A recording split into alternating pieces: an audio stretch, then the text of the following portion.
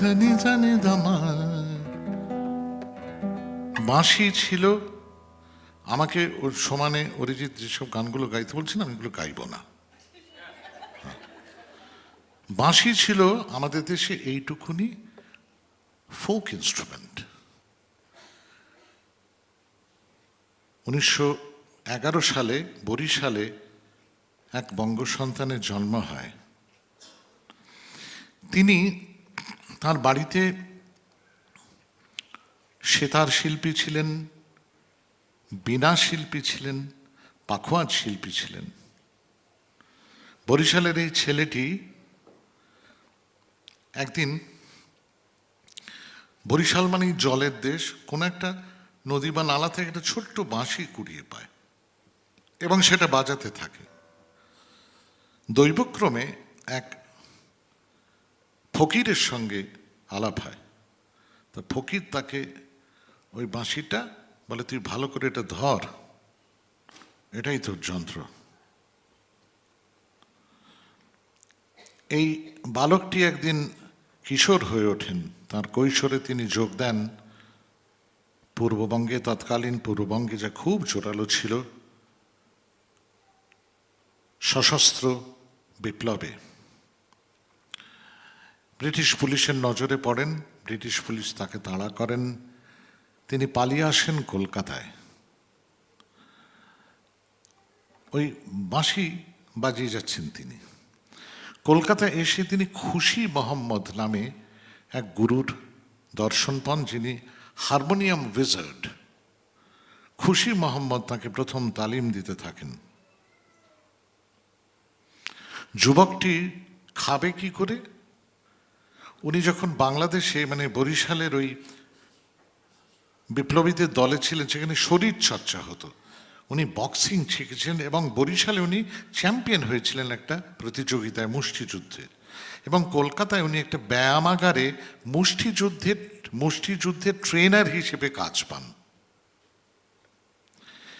এই যুবকটি খিদিরপুর, কলকাতার খিদিরপুর অঞ্চলে অনেক বাঁশঝাড় ছিল, তখনও তো ডিফরেস্টেশন শুরু হয়নি।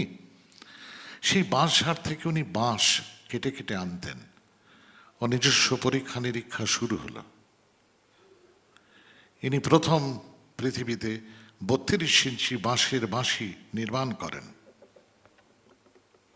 একটা বাঁশির অনেক সমস্যা ভারতের, আমাদের দেশের বাঁশির সবকটা ফুটো খুব ডায়াটনিক স্কেলের জন্য উপযুক্ত নয়, অনেক রাগ রাগিনী বাজানো যায় না। নিরন্তর পরিশ্রম করে এই মানুষটি বাঁশের বাঁশিকে একটা পুরোদস্তুর কনসার্ট ইনস্ট্রুমেন্টের জায়গায় নিয়ে যান। ইতিমধ্যে তিনি তালিম নিতে থাকেন গিরিজা শঙ্কর চক্রবর্তীর কাছে, আচার্য গিরিজা শঙ্কর। তিনি তালিম নেন অনেকের কাছে, আলাউদ্দিন খান সাহেবের কাছেও। বোম্বাইতে উনি চলে যান ফিল্মে বাজিয়ে দুটো পয়সা, কিন্তু সেখানে তার মন বসেনি। আলাউদ্দিন খান সাহেব তাকে মাইহার নিয়ে যান এবং 6 মাস রিগারাস তালিম দেন। 6 মাস, প্রত্যেক দিন 16 থেকে 18 ঘন্টা। এছাড়াও ইনি বিশ্ব জুড়ে ঘুরে বেরিয়েছেন, মানে হিন্দুস্তানে, এবং সংগ্রহ করেছেন। পান্নালাল ঘোষ, সঙ্গীতাচার্য পান্নালাল ঘোষ বাঁশির উদ্ভাবক এবং একটা পুরোদস্তুর সোলো কনসার্ট ইনস্ট্রুমেন্টের সম্মানে ইনি উন্নত করেন আমাদের উপমহাদেশের বাঁশের বাঁশিকে, যেটা তাঁর নির্মাণ। তিনি ছিলেন ভারতের ন্যাশনাল অর্কেস্ট্রার প্রথম কন্ডাক্টর।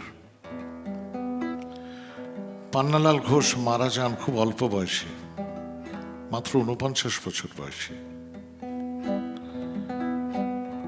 পশ্চিমবঙ্গ যে কতটা তলায় তলিয়েছে এবং ভারত, তার এক অন্যতম প্রমাণ হল 31শে জুলাই এই বছর সঙ্গীতাচার্য পান্নালাল ঘোষের জন্ম শতবর্ষের দিন ছিল। সংস্কৃতির রাজধানী কলকাতা তা মনে রাখিনি। মাননীয় পশ্চিমবঙ্গ সরকার, বর্তমান সরকার এক মুহূর্তের জন্য এমন কিছু করেননি যা দেখে মনে হতে পারে পান্নালাল ঘোষ নামে কেউ ছিল। ভারত সরকার, আমি একজন এমপি ভারত সরকারের জনপ্রতিনিধি, আমি নিজে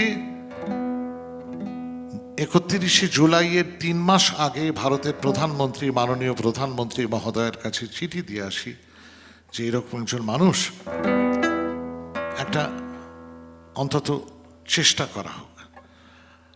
আমার কোনো কথাতে দিল্লিও কান দেয় না, পশ্চিমবঙ্গও কান দেয় না, সরকার দেবার দরকারও নেই, যথাসময় দেবে। ওই বাঁশির মতো দেখতে আরেকটা জিনিস আছে, ওইগুলো সামনে পড়লে ঠিকই দেয় জবাব। তা যাই হোক, এই হচ্ছে জননী জন্মভূমিষ্ঠ স্বর্গাদপি গরীয়সী। কিন্তু আমাদের পাশে যে দেশটাকে ভারত খুবই তুচ্ছ মনে করে, বিগ ব্রাদার, তো সেই বাংলাদেশে কিন্তু 3 দিন ধরে সঙ্গীতাচার্য পান্নালাল ঘোষের জন্মশতবর্ষ উদযাপিত হয়। ভারত থেকে অনেক শিল্পীকে তারা আমন্ত্রণ জানিয়ে নিয়ে যান। আমি যদি ঠিক জেনে থাকি, বোধহয় বাংলাদেশের মাননীয় পররাষ্ট্রমন্ত্রী মহোদয়া তিনি উদ্যোগ নিয়েছিলেন নিজে, এবং অসামান্য একটা অনুষ্ঠান মালা তারা করেন। ভারতে আমি কেই করে পূর্ব দিক থেকে চেঁচামেচি করলাম, তাতে কিছু কানে যায়নি। অন্যদিকে পশ্চিমে ডক্টর বিশ্বাস কুলকার্নি মহোদয়, যিনি ভাবা গবেষণাগারের একজন সিনিয়র বিজ্ঞানী, তিনি একদিকে তিনি আর একদিকে আমি, আমরা দুজনে এত বড় একটা দেশে সমানে চেষ্টা করছি। ওরে বাবা, একবার মনে কর, কেউ শোনে না। বিশ্বাস কুলকার্নি সাহেব আমার চেয়ে বয়সে অন্তত বছর 12-14 ছোট, এবং তার আর আমার মধ্যে এখন একটা যোগাযোগ হয়েছে। আমরা চেষ্টা করছি অন্তত যদি আচার্য পান্নালাল ঘোষের জন্মশতবর্ষ কোথাও একটা উদযাপন করা যায়। এই জায়গায় ভারত নেমেছে এবং পশ্চিমবঙ্গ। আচার্য পান্নালাল ঘোষ একাধিক রাগ তৈরি করেছিলেন।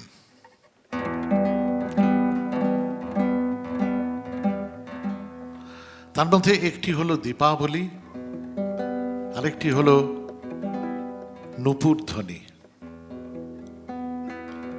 আরেকটি হলো চন্দ্রমৌলি। চন্দ্রমৌলি মধ্য রজনীর রাগ। কিন্তু এই যে সময়টা, এই যে পরিবেশটা চন্দ্রমল্লির জন্য উপযুক্ত, আমি আমার স্বাধিকারে আপনাদের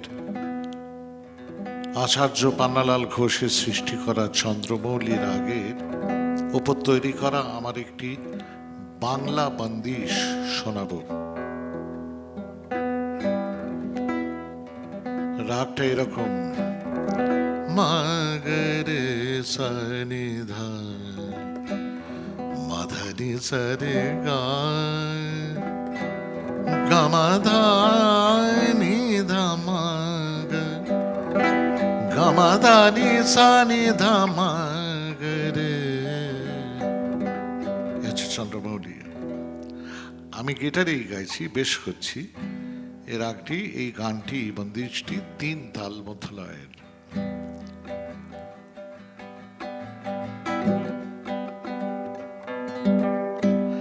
রাতের ওপারে রাত ছায়া পথ জেগে থাকে, রাতের ওপারে রাত ছায়া পথ জেগে থাকে, জাগে তারা জাগে সুর যে তোমায় মনে রাখে, রাতের ওপারে রাত ছায়া পথ জেগে থাকে, জাগে তারা জাগে সুর যে তোমায় মনে রাখে। রাতে ও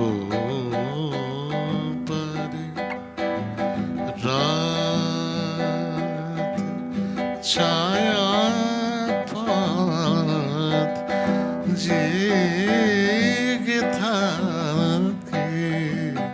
রাতের ওপারে রাত ছায়াপথ জেগে থাকে, জাগে তারা, জাগে সুর, যে তোমায় মনে রাখে রাতে। মাগামাতানি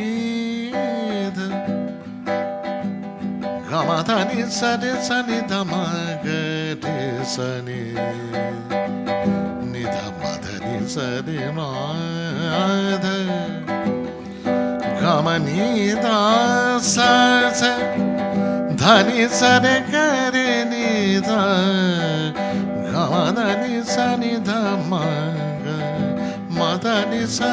মুহূর্ত জাগরুক, জেগে থাকে মহাকাল, মুহূর্ত জাগরুক, জেগে থাকে মহাকাল, নিহারিকা জাগে যেন বাঁশিতে পান্নালাল। মুহূর্ত জাগরুক, জেগে থাকে মহাকাল, নিহারিকা জাগে যেন বাঁশিতে পান্নালাল। রাতের পারে রাত ছায়াপথ জেগে থাকে, জাগে তারা, জাগে সুর, যে তোমায় মনে রাখে রাতে। মাগামাদানি সারে গামাগা গারে জানি রে জানি ধামা সারে নিরে নি ধামা গামা সানি ধামা সানি রে সানি ধামাগা মাদানি সারে সানি ধামাগা সা মাগামাদানি গামাধানি সারে সানি ধামাগা রে সা মাগামাদানি সারে সানি ধা ধানি রে গামাধা গায় নি দা গামাধা। রাতের পারে রাত, রাতের পারে ও পারে রাত, রাত রাতের পারে গারে সা মাগা গারে জানি রে জানি রামা গামা ধানি সারে জানি ধা মাগা মাধানি সা গারে সা গারে সা গা মাধানি সারে মা গামাধানি সারে জানি ধা মা গামাধা সারে গামাধা। রাতের ওপারে রাত ছায়াপথ জেগে থাকে, জাগে তারা, জাগে সুর, যে তোমায় মনে